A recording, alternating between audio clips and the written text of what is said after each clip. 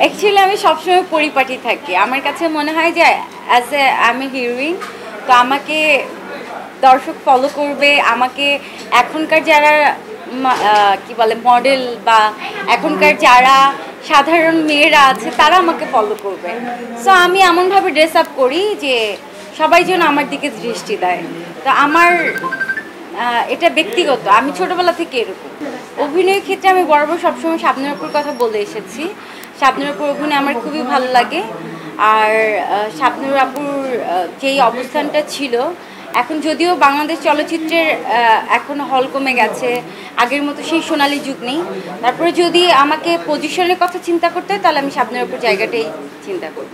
শাবনূর আপুর সাথে আমার অনেক গুড আন্ডারস্ট্যান্ডিং। শাবনূর আপু আমার বাসায় গিয়েছে, শাবনূর আপুর আমি শাবনূর আপুর বাসায় গিয়েছি, শাবনূর আপুর বাসায় খেয়েছি, আপুর হাতে রান্না খেয়েছি।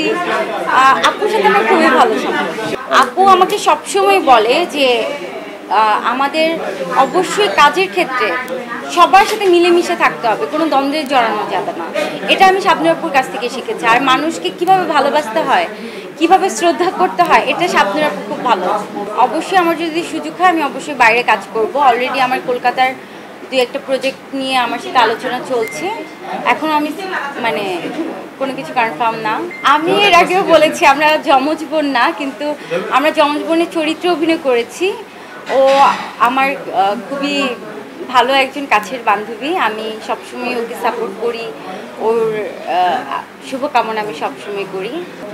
আচ্ছা, আপনারা যে আমাকে পরিমণি নিয়ে এত প্রশ্ন করেন, পরিমণিকে কি আমার বিষয়ে প্রশ্ন করা হয়? আমি যখন দেখি, আমি ক্যামেরার সামনে আসলেই আপনারা আমাকে পরিমণির বিষয়ে এত এত প্রশ্ন করেন। আমার কাছে ভালোই লাগে। অ্যাকচুয়ালি আমরা যখন একসাথে কাজ করেছিলাম সবাই কিন্তু ভাবতো কি সত্যি সত্যি আমরা যমজ।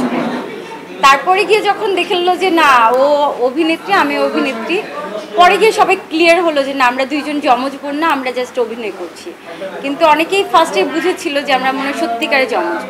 আমি তো ইসলামই পাইনি এখন পর্যন্ত, টাকা তো পরের কথা। আমি এখন পর্যন্ত ইসলামই পাইনি। কই, আমাকে তো কেউ টাকা দিল না, তাহলে তো আমারও নেওয়া উচিত। টাকা দিলে ভেবে চিন্তে দেখতাম আর কি, টাকা দিলে কেন দিব না। সামনে ভালোবাসি তোমায় একটি নতুন ছবি আমি শেষ করলাম। এছাড়া যাযাবর একটি ছবি রানিং আমার শুটিং চলছে এই তো। আর ব্যাচেলার ইন ফিপের গান টান বাকি, এগুলো গানের শুটিংয়ে যাব এখন। আর এছাড়া ডাবিং চলছে, তারপর নতুন প্রজেক্ট নিয়ে আলোচনা চলছে, মিটিং চলছে। দ্বন্দ্ব থাকলে কি হবে, কিন্তু যেই জয়ী হবে আমরা তাকে সাপোর্ট করব। আমরা চাই মিলেমিশে থাকতে, মিলেমিশে কাজ করতে।